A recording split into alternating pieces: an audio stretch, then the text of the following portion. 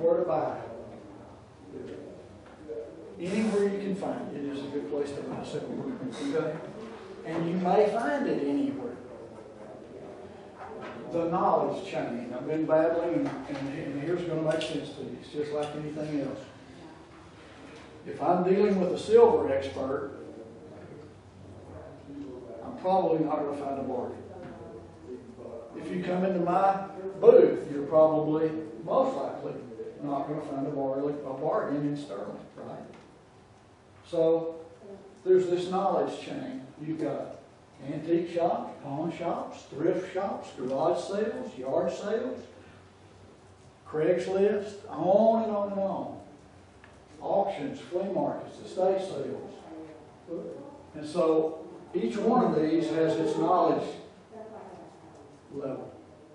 Okay, do you think you would come here finding a bargain at a garage sale or an antique shop? Most of the time you'd have a better chance at the yard sale, right? Right. Garage sales and yard sales are the only place that I know of where people will almost give you stuff. I've even had them give me stuff.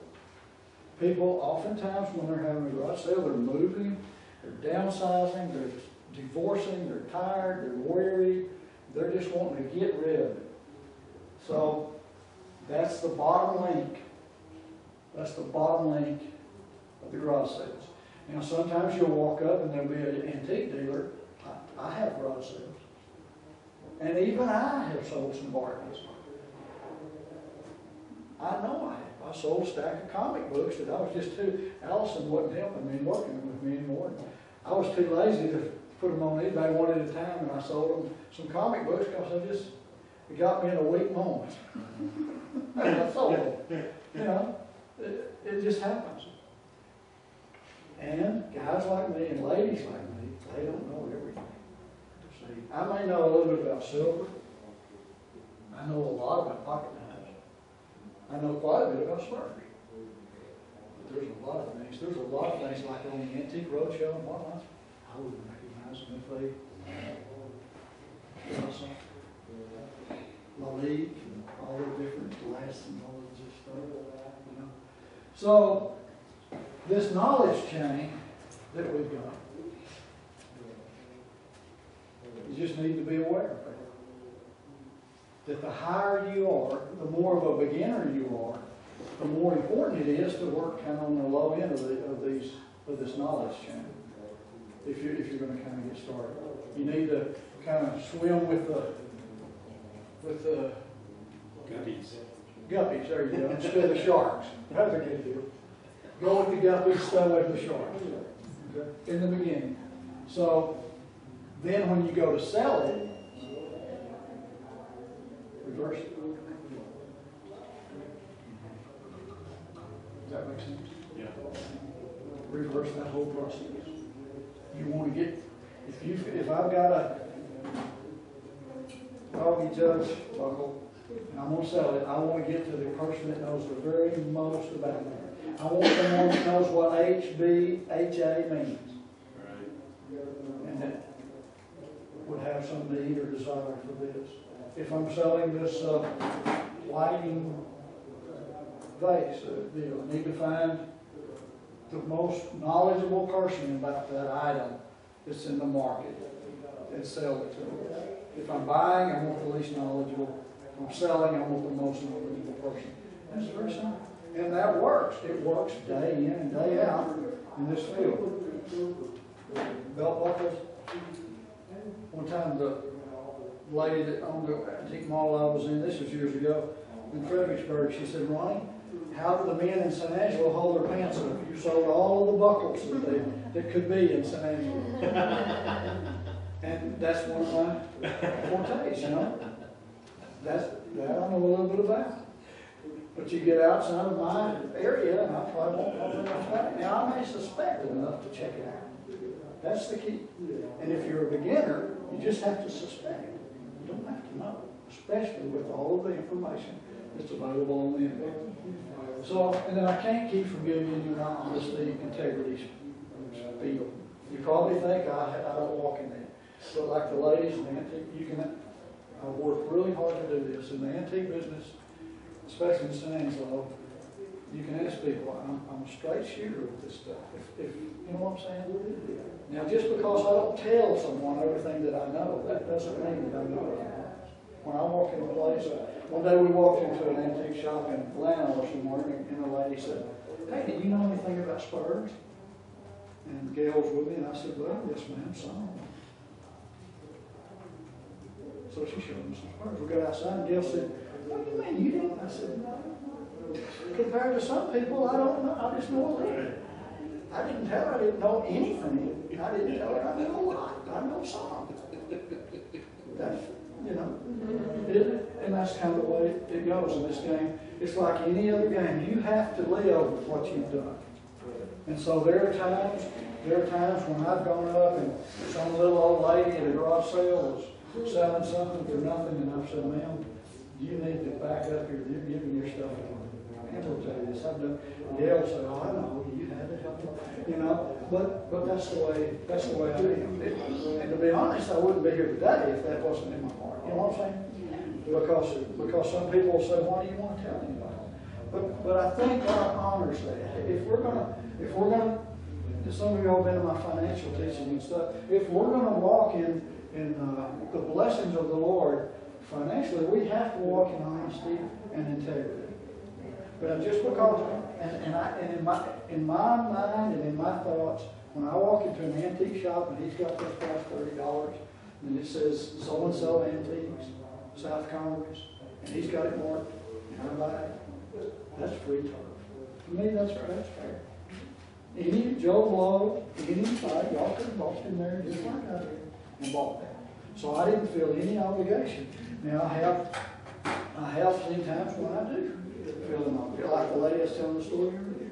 She was a someone from one of mine, and I felt like that it was the right thing to do to tell her my opinion that she should keep her silver items. And I've walked up to estate sales a couple of times and standing there in line to get in, and one day I saw it was a friend of mine.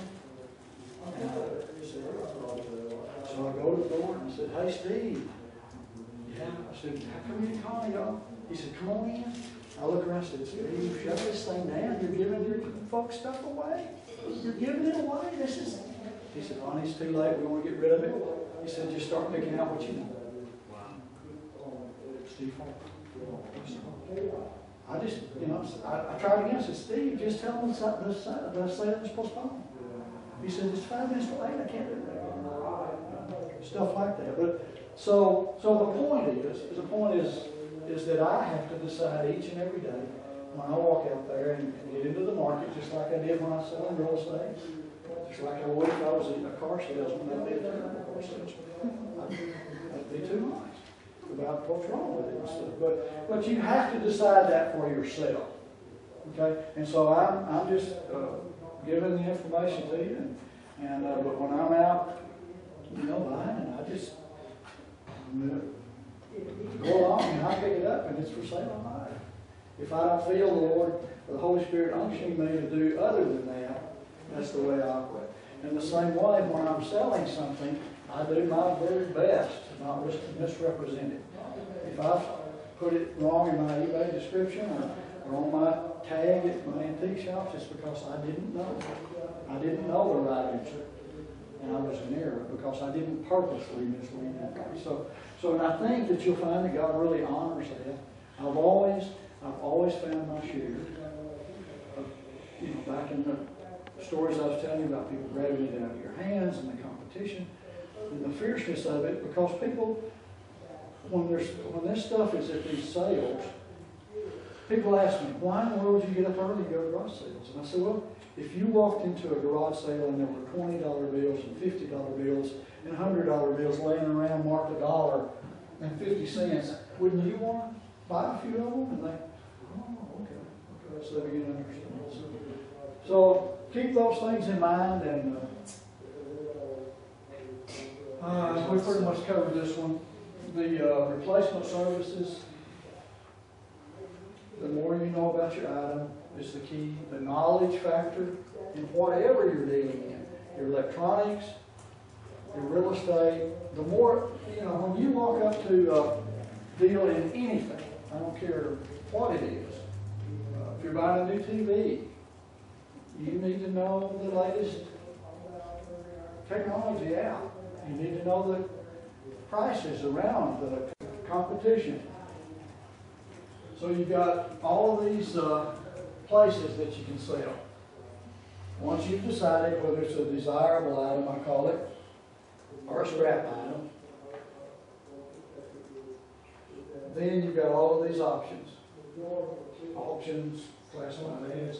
Be careful on the classified ads when you're selling things about people coming to your home and whatnot. The stuff we talked about earlier, that we have to change our mind, our mindset. We don't want people coming into our homes necessarily anymore. It's very critical to get more secure-minded. So, you know, if you're going to sell something, you can read them somewhere and show it to them. Blah blah blah. There's a lot of ways around it. I think we've talked pretty much about all of this. Is just know your item. You see, what we were doing before we got up to break, we were evaluating these items.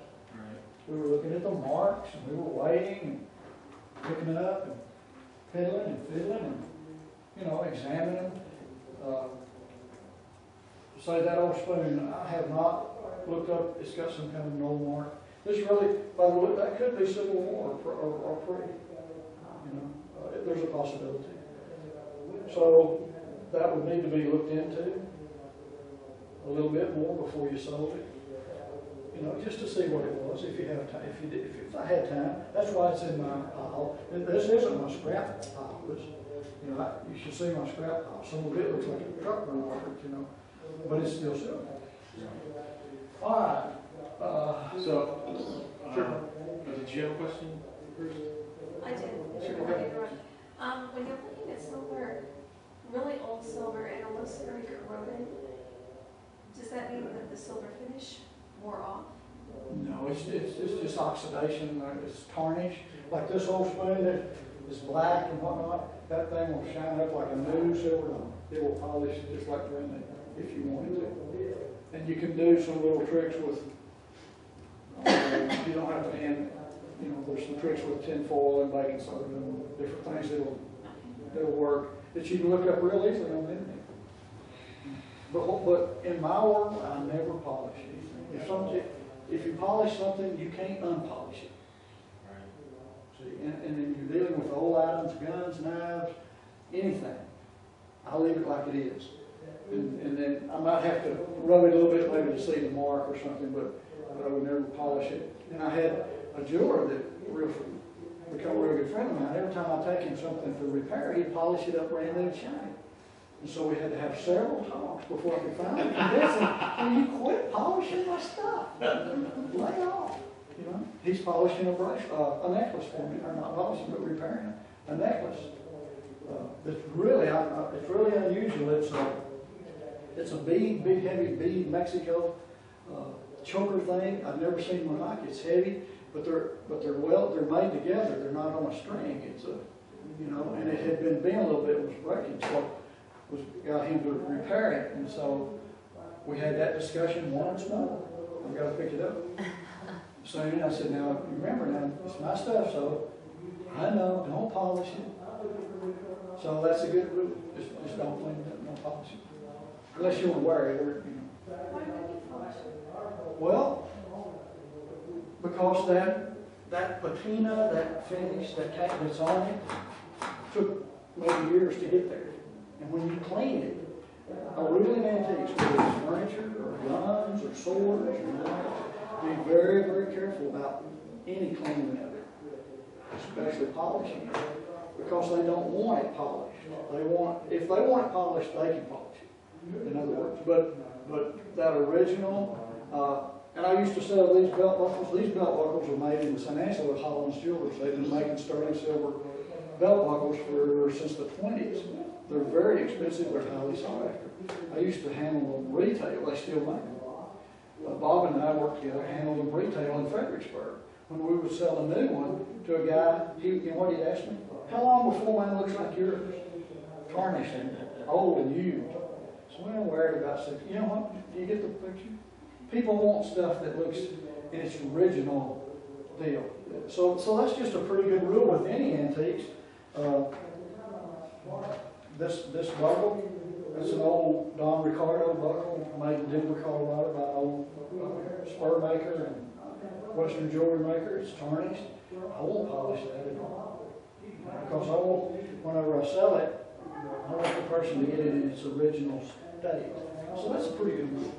So the tarnish doesn't detract from its value, and it possibly tells part of the story. Good that explanation. you're interested in. It can hurt it if you take it off. Right. And especially furniture, antique furniture, you know? And guns, oh man, don't, if you're dealing with used guns or trading, don't mess with them. Just take a light oil and a very soft cloth and wipe them off until you know what needs to be done. You know, it might need a little further or something, but just because any of that cleaning, polishing type thing, you can't back up on. You can't undo that. So that's a pretty good rule in my book. So Ronnie, if you are just going to sell for scrap,